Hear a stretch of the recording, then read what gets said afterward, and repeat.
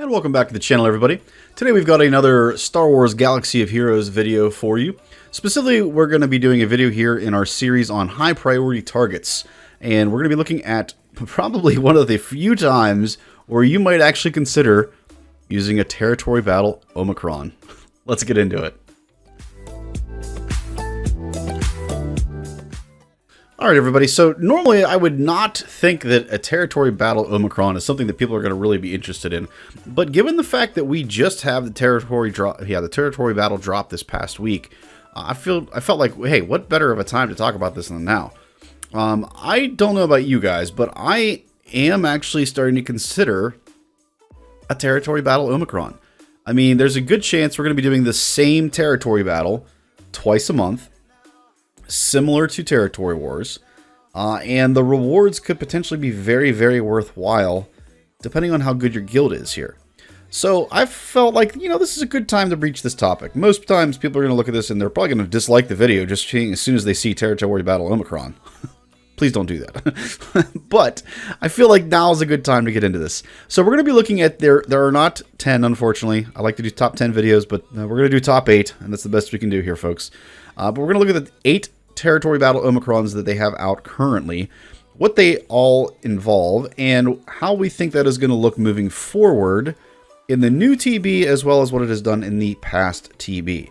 Now, I will say, with a grain of salt here, the past TB, no one really cares that much about it. And with the exception of really one character, I wouldn't recommend putting any of these Omicrons on for past TBs. That means Hoth and Geonosis. I would only consider putting one on for moving forward in the Rise of the Empire. Okay, with that being said, let's go ahead and take a look at our first one here. This is Kyle Katarn. Kyle Katarn's is notoriously very good. There are some people that do actually have this, and they have said that Lightside GOTB is much, much, much easier with his Territory Battle Omicron on. So this is one that has kind of been tested out in the wild. It is functional. It does work very well. How it will work moving forward, in my opinion, is actually, I think it's going to be far better than what it has been in past territory battles. So it says, while in territory battles, enemies can't gain bonus turn meter and force influence can't be resisted. So that lack of bonus turn meter is very, very important. As you guys all know, there are so many attacks out of turn, and there's so much turn meter that is getting gained by all of these different characters in these TBs that is a huge first sentence right there in itself. When Kyle Katarn attacks out of turn, he gains an additional stack of Force Connection, and the bonuses of Jedi Knight also apply to other Jedi allies. That's probably, in my opinion, the biggest thing in this Omicron. Simply because, now, as we all know, Relic 5 is the minimum requirement for TB, for the new TB. Moving forward, even higher relics are going to be required. Now, I don't know about you guys, but my Mon Mothma team, I wouldn't mind taking them all up to Relic 5. I'm not opposed to doing that. Do I want to take them all up to Relic 7? Heck no. But I will have a lot of Jedi that are at Relic 7 or above. And the fact that I could use him with other Jedi and have the Force Connection be applied in that instance in TB, that does actually make this very, very worthwhile. So this is, in my opinion, probably the biggest and most important aspect of this Omicron. It says, at the start of each encounter, all Jedi and Rebel fighter allies gain 75% bonus protection until the end of the encounter. That's good. That is very, very helpful. Basically, it makes them super thick. They can withstand the initial onslaught, and then ideally run a turn meter train if you were with Rebel fighters. At the start of each encounter, Kyle Katarn gains 10% turn meter for each other Jedi ally. So we know that his kit allows him to get that from other Rebel fighter allies. So basically, outside of TB, he is constrained to Rebel fighter teams, i.e. Mon Mothma. But with this Omicron, it allows him to work functionally, in fact, fully functionally, with both Jedi as well as Rebel fighter teams. And like I said, we all know that most everyone is going to have Jedi, at least enough Jedi, to be able to have a full Relic 5, if not Relic 7 or above team. So this Omicron definitely makes your roster far more functional and makes your Jedi a lot better because of that. Also works very well on Rebel fighters. Now, I will say, if you have Rebel fighters already all at Relic 5 or 7 or 9, God forbid, then I would not actually recommend this as much. Because then, in reality, all you're really getting out of this is that the enemies can't gain bonus turn meter, and that you're getting the 75% bonus protection until the end of the encounter.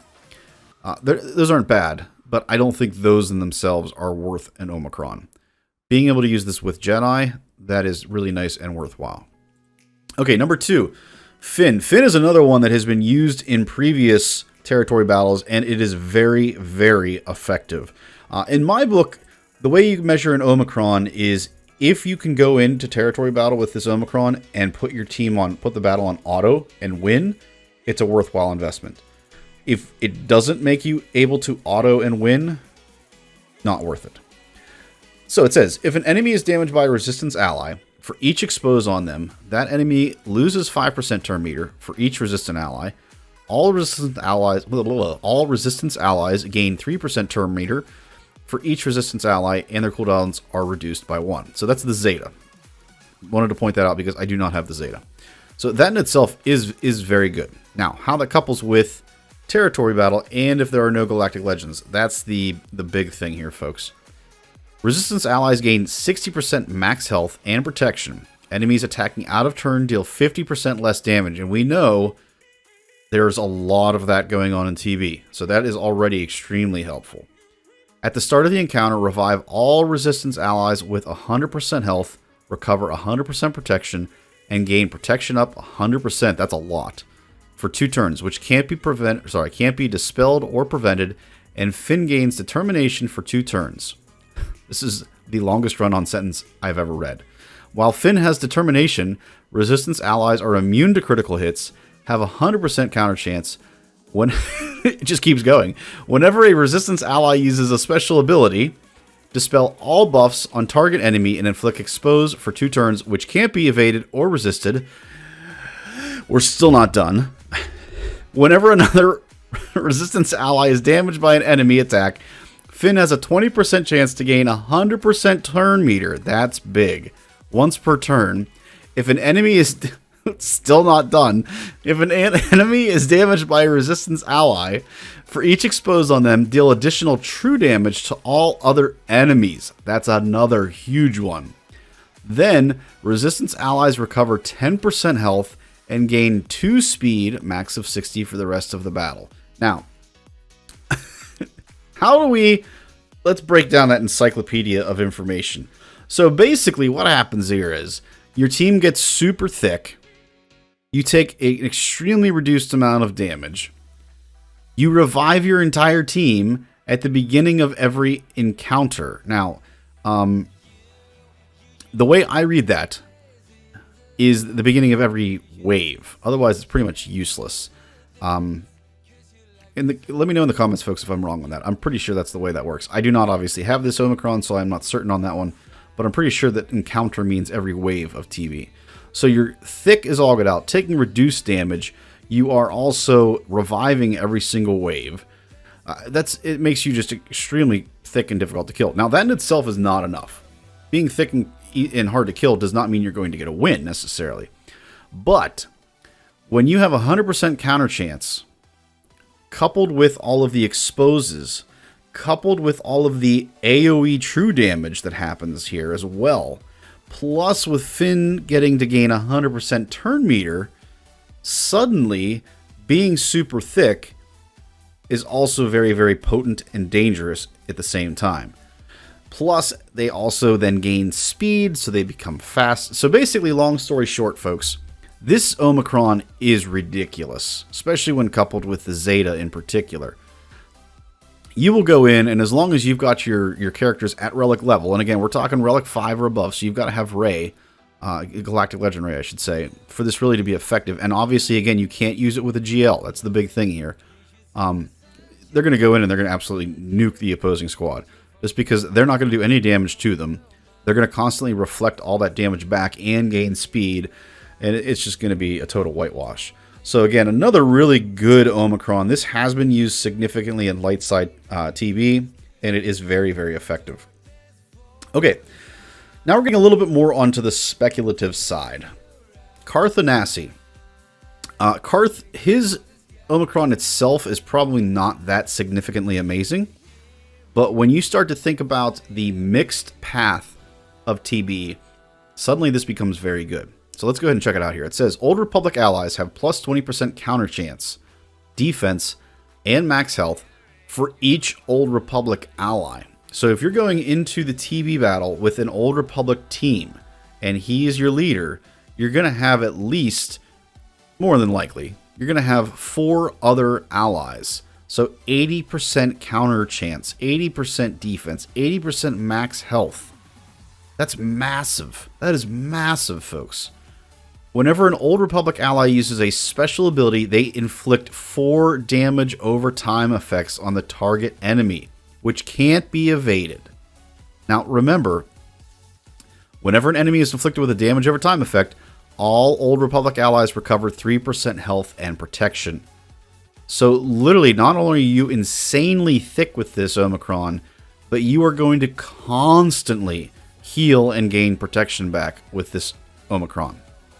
Then Karth is called to assist. That's not anything super amazing, but yay, good job, Karth.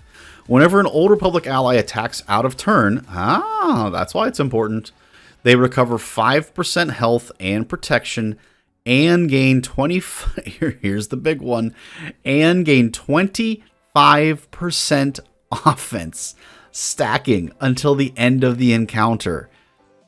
That's insane. That is insane. So not only is Karth going to attack constantly out of turn and constantly gain all of this offense, but remember, folks, the whole Zalbar combo with Mission and Zalbar, with him constantly counterattacking and her assisting the entire time, plus with this plus 80% counter chance, like, good God, this so we're gonna need mixed path teams, and it kind of stinks that right now Canderous Ordo is really going with Maul, with the Mandalorian team, because he would be amazing in this Old Republic team. Now, the cool thing is that we don't necessarily have to have Canderous Ordo on this team. He typically is with them because of all of the damage over time effects that he does. But if you think about it, folks, this Omicron allows your entire team to inflict these damage over times a lot whenever an Old Republic ally uses a special ability. So if you go in and you use somebody other than Canderous Ordo, so let's real quick go ahead and take a look at our Old Republic. You could throw together, and now here's the thing. Here's, obviously, we got to take this with a grain of salt, folks. Are they all going to be Relic 5? Probably not. But you could do Karth, Juhani, T3M4, Mission, and Zalbar without Canderous Ordo. Now here's the dilemma. That's an all light side team. Even if you throw Sortie in there, still all light side team. So this is where it becomes problematic. If you're looking for a mixed path team, which is where I think this team is really going to be the best, you've got to pull Canderous Ordo out of that Mandalorian team, which means you need someone else in there instead of Canderous. So it's kind of a tough situation. Do I think that the Old Republic team is going to be amazing? Yes, I do. But at the expense of Maul, for me, that's a tough ask. So again, if you're someone that's got a massive account, if you're a whale out there, spending oodles of money, have all your characters at R5 and above, you might want to consider putting in, Canderous Ordo in here, use them on the mixed path, or heck, at the very least, run this on the light side. It's going to just destroy teams on the light side path. So, absolutely amazing Omicron. Highly recommend it moving forward, folks, if you have the characters in place and they're capable and ready to go and work well. If they aren't, obviously it's not worth anything. Okay, next one that we have, and I think will be very, very good moving forward, is the Gamorrean Guard Omicron. This is largely because of Jabba. So if we look at this, it says, Gamorrean Guard gains 50% crit avoidance, defense, and tenacity. In other words, he becomes super thick. and other Hut Cartel allies gain 50% max health and max protection, and everybody else becomes super thick. The first time each Hut Cartel ally falls below 50% health, they gain damage immunity for 1 turn, which can't be copied, dispelled, or prevented. That's big, folks. That's going to really, really increase the survivability of your team, and we all know that in TB, that's the name of the game. You got to have a very, very survivable team to be able to withstand a lot of the damage output and the turn meter loading that comes in TBs. If the ally in the leader slot is Hut Cartel and not Gamorrean Guard, whenever they use an ability, Gamorrean Guard assists. That's nice. It's nothing super amazing, but it can be very beneficial if you have the right squad set up. Like I said, is this world-changing? No. Is it nice to have? Yes. Is it something that you're going to need if you already have Jabba? Probably not in the first couple of phases. Maybe by phase 6, though. We know that the difficulty is going to be insane on that. By phase 6, you might want to start considering it. It might just be that difficult. Okay, moving on to kind of what I would consider more of the B tier Omicrons. These are not going to be as good in my opinion, with potentially one exception to that rule. We'll get into that in a second. Rollo here. Rollo really, she's not bad, but she's really not that good either. It says Rebel allies have plus 35% speed. That's great. Rebel allies recover 100% health and protection at the start of each encounter and whenever another Rebel ally is defeated. So remember, that works in my mind the same way as... who was that? As Finn. Although Finn revives them in addition to healing them. So not quite as good as Finn's, but not bad. When a Rebel ally critically hits an enemy, all Rebel allies gain 5% turn meter. That is nice. Doubled if it's their turn. When a Rebel ally is defeated, all Rebel allies gain 100% of that ally's offense stacking until they're defeated. Don't get me wrong, this isn't a bad Omicron. It can be very, very good, but the problem is the character.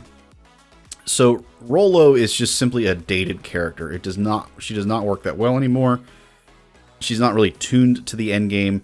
So even though this Omicron is very good and can work very well in certain situations, i.e. Hoth territory battle, it's amazing.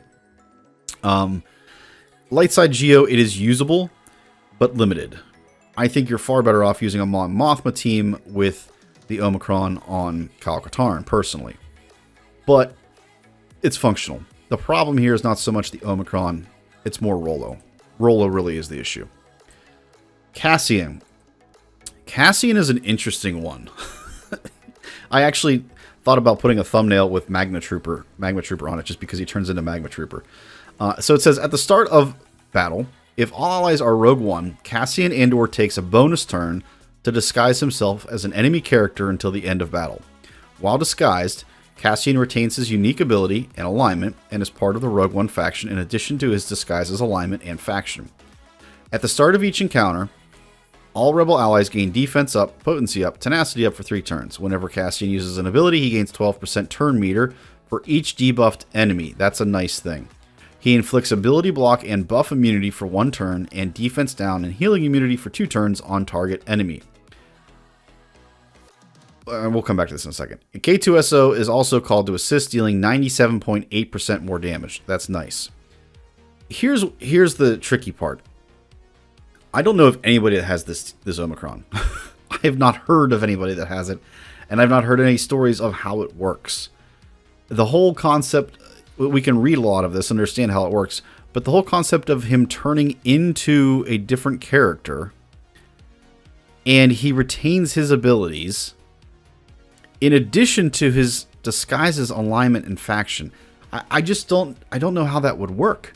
I've never heard of anybody using this, and I don't know how it would function in real gameplay. So this is one of the few occasions where, like, I'm at a total loss, folks, because it's just such a weird kit, and it's so unique, and until you can actually see it in the wild, it's hard to really gather whether it's a good Omicron or not. We know that Cassian disguises himself as Wat Tambor in the Republic Offensive. Sorry, I was totally blanking there. He's the Snow Trooper in Rebel Assault, and then we also were told that he's going to be a severely upgraded version of Magma Trooper for Rise of the Empire. Let me know in the comments, folks. Do you have this Omicron? Does it work well for you? Again, we kind of need footage on this. We need some examples of this in the wild to really get an idea of whether this is going to be effective or not. I would think moving forward, this actually could be a very good Omicron, simply because Rise of the Empire suits Rogue One, Cassian, the series on Andor. It just makes sense that he's going to be a very, very good character for this particular time period. But given what it is right now, it's hard to say. Okay, Omega is probably the one Omicron on here that I would say is good for previous lower level TBs. Might be effective moving forward. It's questionable. So obviously her TB Omicron is designed to help you get the cam shards in light side TB. This one, it says, at the start of encounter, all allies are Bad Batch. Whenever the allied leader begins their turn, Omega gains 5 speed, stacking maximum 50 speed. That's nothing super amazing, just means she goes fast. While stealth, when a Bad Batch ally uses a special ability, Omega assists dealing... Wait, sorry, this is her Zeta. My fault. Skipping. At the start of battle, all Bad Batch allies gain max health equal to 10% of their max protection for each of their own relic amplifier levels, max 100%. There we go. That's what I was looking for. This is probably, without a doubt, the biggest benefit that her Omicron gives to the team. It just makes the team extremely difficult to kill. Extremely difficult to kill. This is clearly designed for the cam mission in particular, because you don't get protection, essentially, in that mission. But it also could be very, very good moving forward in the new TB. What worries me is that so much of the damage that you get dealt in TBs is all health-based. Whether it be exposes or burning is a big thing that we have seen so far in the TB this week. Stuff like that is all health-based. And if you have just a bananas amount of health, this is actually going to be a little bit of a bad thing. So yes, it makes them all more survivable, but there's a chance it could actually backfire on you a little bit. Bad Batch allies take reduced damage from % health damage effects. Oh, well, I just ate my words on that one. At the start of each encounter, Bad Batch allies gain 10% bonus protection for 2 turns for each of Omega's relic amplifier levels. Max 100%. Whenever Omega uses her basic ability, she deals damage again for each other Bad Batch ally. That is massive. It works very well against droids in particular, dealing 50% less damage. So she does a ton of instances of attack, but for not quite as much damage. So like I said, this is clearly designed for the cam mission. Will it be effective moving forward? Probably. Does it allow you to auto a match? Not likely, in my opinion. You're still probably going to have to manually use the Bad Batch. They're just not a great team in terms of AI. So while it makes them far more thick and survivable, it doesn't necessarily make them a world-changing team in TV. All right, last but not least, we have IPD. Folks, I'm going to save you some time. It's not good. Don't get it. I'm not even going to go through the details of it. It's a very bad Omicron. You don't want it. Just it doesn't exist. Just go on. Move along. Nothing to see here. Cue the trooper meme. Alright everybody, I hope you enjoyed today's video, and hopefully that helped give you a little bit of perspective on some of the Omicrons and whether they might be beneficial to you or not. If you did like today's video, I'd appreciate it if you guys gave me a like. Also, if you'd like to catch any future content that we put out or past content, make sure you guys turn on subscribe and turn on notifications. Last but not least, if you would like to join our live chat on Discord or the live GAC matches, check out the links down below in the video description. Alright everybody, catch you next time.